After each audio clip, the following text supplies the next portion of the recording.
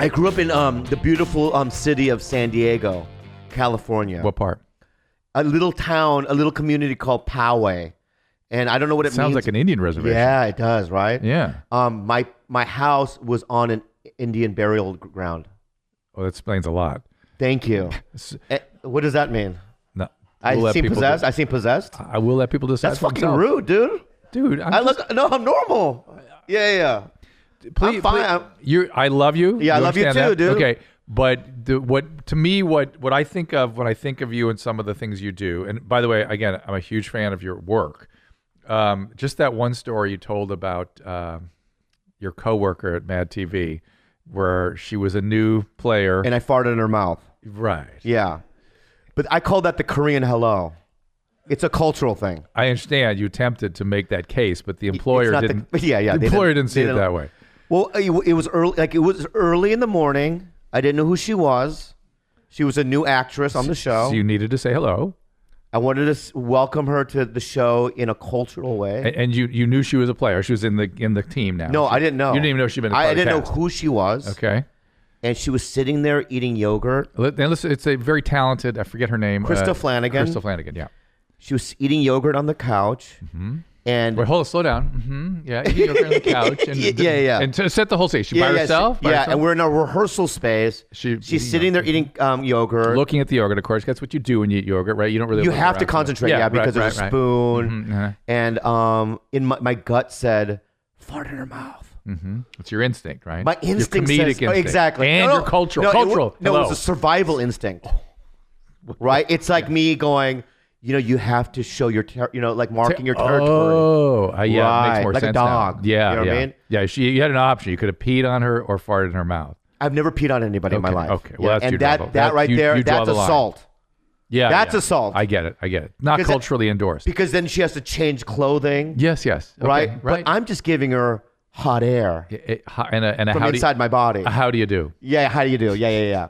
So I grabbed the back of her head. A fine how do you do? Yeah. Mm-hmm. And she was eating yogurt. She opened her mouth and I grabbed her head and I farted in her mouth. But you're the way you describe the story, it sounds like you're front facing her. How did you grab her head if you're giving her your I grabbed it like this and then you pushed first. Yeah, so there's that's always a good move, forcing a woman's head. That goes well these days. I know. Wait. Yeah.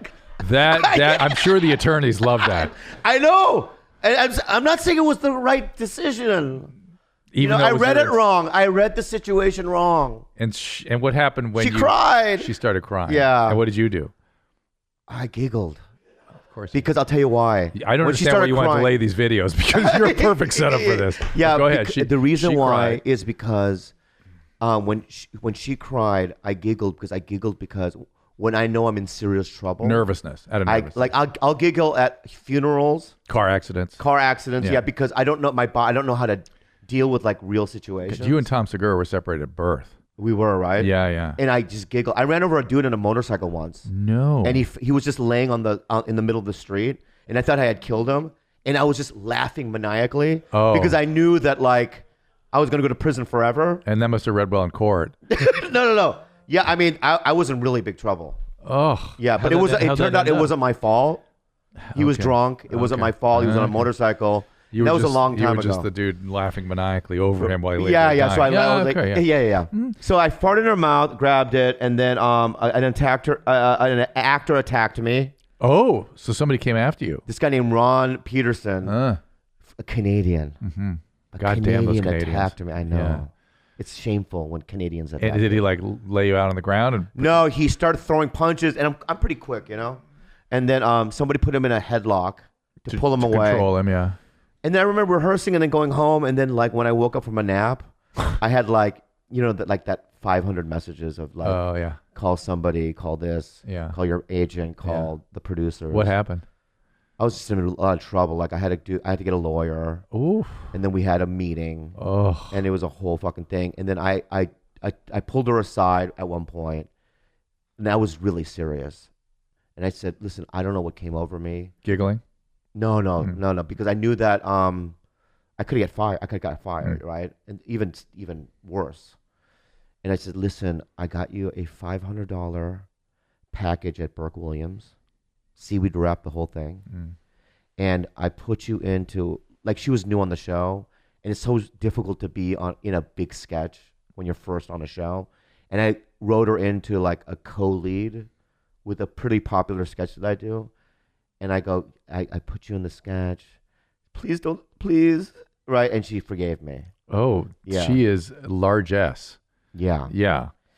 I don't think that would have been good for her though to get some, because at that it's never good to sue people and stuff. It's always bad. But also, I'm also like, at that point I was like, you know, a pretty popular guy on the show, and that wouldn't have been good for her. Just to fill it out for us, what was the skit you wrote her into?